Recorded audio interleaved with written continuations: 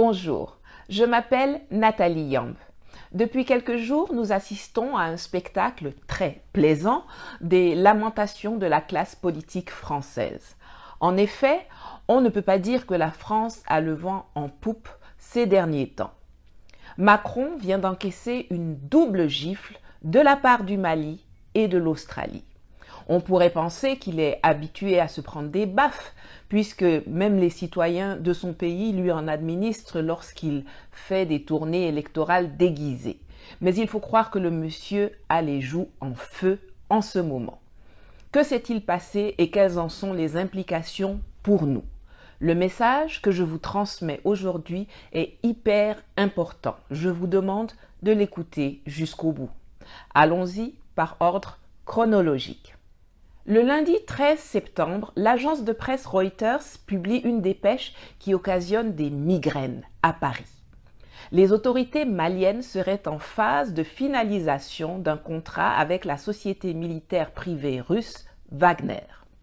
Wagner, c'est la société de Yevgeny Prigojine, proche de Vladimir Poutine, qui a aidé le gouvernement Touadéra en Centrafrique à balayer les rebelles financés et soutenus par Paris et à reconquérir la majeure partie du territoire qui était entre leurs mains. Au Mali, l'arrivée de Wagner pourrait enfin permettre aux forces armées maliennes de contrer efficacement les groupes djihadistes qui, très étrangement, pullule et progresse au Sahel depuis l'arrivée controversée de l'armée française en 2013. En effet, au lieu que l'opération Serval, puis Barkhane, n'apporte une amélioration au point de vue de la sécurité, c'est plutôt le contraire qui a été observé sur le terrain. Les Français ont conclu des alliances et protégé les groupes rebelles, terroristes et sécessionnistes, leur permettant de s'installer et de régner sur les 2/3 du pays et empêchant l'État et les forces régulières d'exercer leur autorité sur l'entièreté du territoire. Mais le débarquement de Ibeka de la tête de l'État suite à une révolte populaire et la prise en main de la transition par le colonel Assimi Goïta ont foutu le bins dans le dispositif maléfique conçu par l'Élysée. Alors, la France s'agite, envoie des ambassadeurs, des missi dominici à Moscou, à Bamako, à la CEDEAO pour essayer de faire capoter le deal en vain. On active les réseaux médias habituels chargés d'indexer le recours aux mercenaires. Ils parlent de Wagner, mais oublient les faits et méfaits en Irak et en Syrie de l'entreprise américaine de mercenaires Blackwater, devenue Constellis, qui recrute d'ailleurs actuellement pour le gouvernement Ouattara en Côte d'Ivoire. Ils oublient opportunément que la France est l'une des plus grandes usines de production de mercenaires, avec ses Bob Denard et autres Paul Baril, et qu'elle est également le plus grand recruteur de mercenaires de la planète, avec sa légion étrangère. Mais le Mali reste imperturbable et affirme, je cite, qu'il ne permettra à aucun État de faire des choix à sa place et encore moins de décider quel partenaire il doit solliciter ou pas. Fin de citation. Je vous assure que c'est absolument jouissif de voir des dirigeants africains s'emparer de ce que je recommandais à Sochi, la souveraineté et la liberté de commercer avec qui ils veulent dans l'intérêt de leur peuple et non pas pour garantir les intérêts du colon. 2 jours plus tard, le 15 septembre, deuxième claque pour Macron. L'Australie officialise l'annulation d'une commande se chiffrant à 56 milliards d'euros datant de 2016 concernant la fourniture par la France de 12 sous-marins pour plutôt signer un deal avec les États-Unis qui lui fourniront des sous-marins à propulsion nucléaire que la France ne sait pas fabriquer. L'humiliation de celle qui se voit comme une grande nation est planétaire. Et pour tenter de cacher un peu sa honte, le gouvernement français s'agite d'une façon ridicule et qui fait se bidonner aux 4 coins du monde. Les lamentations du sinistre des affaires étranges Jean-Yves Le Drian, celles de Florence Parly, sa collègue des armées, le rappel d'ambassadeurs, la bouderie macronienne des assemblées générales de l'ONU, très divertissant, même si tout ce brassage de vent a surtout une dimension géopolitique. Certes, La France a perdu un contrat et à quelques mois de l'élection présidentielle, ça la fout mal pour Macron, ces centaines d'emplois qui sautent. Mais ne nous laissons pas blaguer. La France était parfaitement au courant de la volonté de l'Australie de sortir de ce contrat, et ce, depuis le mois de juin, comme le prouvent les titres des médias de l'époque. Par contre, ce qui les a surpris et qui les touche au plus profond, c'est l'alliance Australie, Royaume-Uni et États-Unis dans l'Indo-Pacifique. Ça, c'est le python qu'elle a du mal à avaler. Car la France colonise encore 2 millions de personnes et de territoires dans la zone. Il y a les îles éparses, la Réunion, Mayotte, la Nouvelle-Calédonie, la Polynésie française, Wallis et Futuna et les terres australes et antarctiques françaises. Et grâce à cette colonisation, elle prétendait vouloir jouer un rôle majeur dans la région. C'est d'ailleurs depuis l'Australie qu'un grandiloquent Emmanuel Macron avait présenté sa stratégie géopolitique pour l'Indo-Pacifique en mai 2018. Et c'est pourquoi l'alliance occidentale, conclue par les 3 nations anglophones et qui exclut la France, qui n'a même pas été consultée et dont les services de renseignement n'ont rien vu venir, est une immense humiliation. La France se dit victime de sa coopération avec les USA. Je cite, « Ce que les Américains appellent coopération, en fait, c'est une soumission totale aux États-Unis », se plaignent-ils. Cela me fait rire.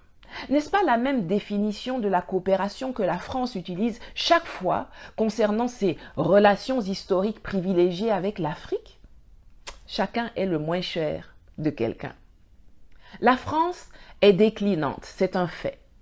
Mais aurons-nous suffisamment d'intelligence pour pouvoir arracher notre indépendance dans cette phase de déclin de cette semi-puissance qui nous étouffe?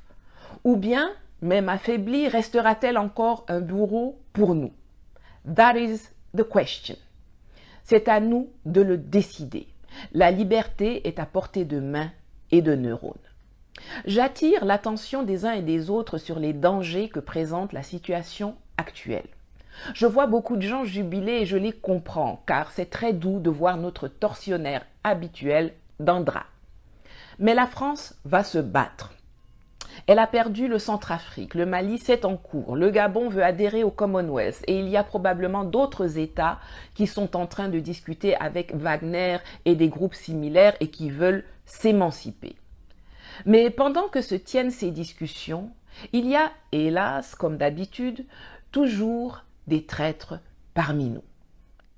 Alors que tout s'effrite autour d'elle, la France va redoubler d'efforts pour trouver des voies et moyens, des gens qui vont l'aider à retarder l'échéance de la rupture totale et définitive avec le continent noir. Et il y a des Africains qui sont en train de lui faire du pied, de lui faire des avances pour lui dire « Moi, je suis là-haut, je vais t'aider à repousser l'inéluctable, utilise-moi, prends-moi moins cher ». De vrais soldes de la trahison. Un exemple patent est le sieur Achille Mbembe et ses comparses de même acabit, qui sont en train de s'agiter pour pouvoir réunir pour Macron, à Montpellier, le 8 octobre, un cheptel de moutons franco-compatibles censés représenter les sociétés civiles africaines, qui sont prêts à ouvrir tous leurs orifices pour qu'on les prenne cadeau, pour qu'on leur jette quelques miettes ou qu'on leur donne une gentille caresse sur la tête. Il faut se méfier de ces gens, les rembarrer sans ménagement, ainsi que le narratif mensonger et nauséabond de servilité que l'ennemi leur aura appris. Que ce soit sur les réseaux sociaux, mais aussi dans la vie réelle, dans les discussions au maquis, au village, au salon ou dans les conférences, déconstruisez leurs mensonges. Mettez à nu leur traîtrise à la cause de la souveraineté et du progrès africain. Ils sont une minorité toxique. Rendez-la inopérante. Et j'interpelle aussi les chefs d'État africains qui sont sincères dans leur volonté de sortir du giron france-africain. Écartez rapidement et sans fioriture tous ceux dans votre entourage, ministres, conseillers, etc., qui ont des profils, des comportements, des destinations et des fréquentations bizarres. Enlevez-les, limogez-les. Il faut étouffer dans l'œuf leurs tentations et leur capacité de nuire. Et enfin, pour terminer, je m'adresse ici tout particulièrement au colonel Goïta du Mali et au président Touadéra du Centrafrique. Je n'ai pas encore vu un chef d'État du précaré francophone attraire l'État français et ses représentants devant les tribunaux pour les dommages que leur armée et leur présence militaire chez nous ont causés à nos populations. Mamadou Koulibaly, alors président de l'Assemblée nationale de Côte d'Ivoire, avait entamé une procédure pour attraire l'État français devant la Cour internationale de justice après le massacre de l'Hôtel Ivoire et les événements de novembre 2004. Mais malheureusement, Laurent Gbagbo était intervenu pour stopper le processus pour plaire à Paris. À vous deux, je suggère, je demande que vous entamiez une procédure en ce sens. Tout ce qui s'est passé, soit au Mali, soit en RCA, a créé des dommages. Du côté privé, à des individus et à des familles qui ont perdu la vie, ou ont été blessés, ou ont perdu leurs biens. Et du côté public, ça a créé des dommages aux États qui ont perdu des soldats, du matériel, de l'argent, du territoire et des ressources minières qui sont exploitées de façon complètement irrégulière. Ceci représente des dommages qu'il faut réparer. Cela ne doit plus passer par pertes et profits.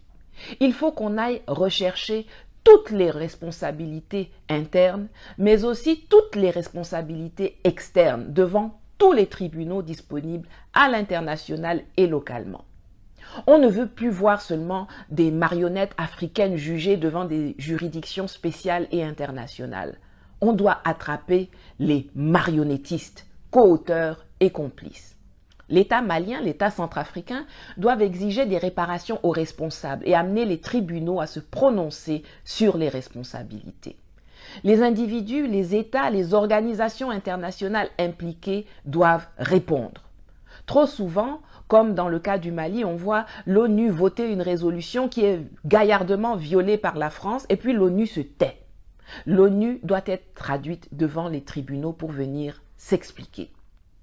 Si on veut se libérer, il faut sortir de ces histoires où les gens peuvent venir faire n'importe quoi chez nous et puis il n'y a rien. Il faut que ça s'arrête. Aucun État, aucune organisation, aucun individu ne doit plus venir impunément créer des guerres en Afrique. Les familles endeuillées, les pays dont le développement est empêché par les guerres, les rébellions, les djihadistes qu'on leur colle dans les dents, qui leur font perdre énormément d'argent et creusent leur endettement sans que personne ne soit responsable ni répare, non. L'impunité, ça suffit. Les présidents occidentaux, les ministres occidentaux, les militaires occidentaux, les entreprises occidentales impliquées, tous au tribunal. Et ne me dites pas que Macron, Hollande, Sarkozy ou Le Drian et consorts disposent d'une immunité qui empêcherait ces procédures. C'est faux. Leur immunité, c'est chez eux là-bas. Mais au regard de la loi malienne ou de la loi centrafricaine, ce sont des justiciables comme des autres. Qu'on les amène au tribunal, qu'ils viennent s'expliquer. Et s'ils ne viennent pas, qu'on les juge et qu'on les condamne par contumace. Je veux bien qu'on dise que si on met les FACA ou les FAMA en face de l'armée française, on est en infériorité sur le plan militaire. C'est d'ailleurs pour ça qu'on a le devoir d'aller chercher temporairement des gens qui vont pallier ce déséquilibre en attendant d'être en situation de se mettre sur un pied d'égalité. C'est pourquoi je salue votre recours à Wagner. Mais en parallèle, allons engager la bagarre intellectuelle dans les tribunaux. Dans ce domaine, c'est nous qui sommes grands. Regardez-moi, 1,65 m, tennis comprise, mais un de leurs plus grands cauchemars. Je ne suis pas dans leur viseur parce que je suis armé d'une Kalachnikov. Je suis dans leur viseur à cause de ça. Qui a raison? Qui a tort? Est-ce que l'État malien, est-ce que l'État centrafricain ont des droits à défendre? Est-ce que les puissances étrangères ont le droit de venir tuer nos enfants, voler nos matières premières, dilapider notre argent sans que nous nous défendions? C'est une question du droit. allons les frapper là-bas. Messieurs les présidents Goïta et Touadéra, nous sommes nombreux à être disponibles pour cette bataille. Engagez-la sans tarder, car le moment est propice et l'adversaire affaibli sur tous les plans. Les grands arrêteront de dominer quand les petits arrêteront de ramper, disait Friedrich von Schiller. Merci.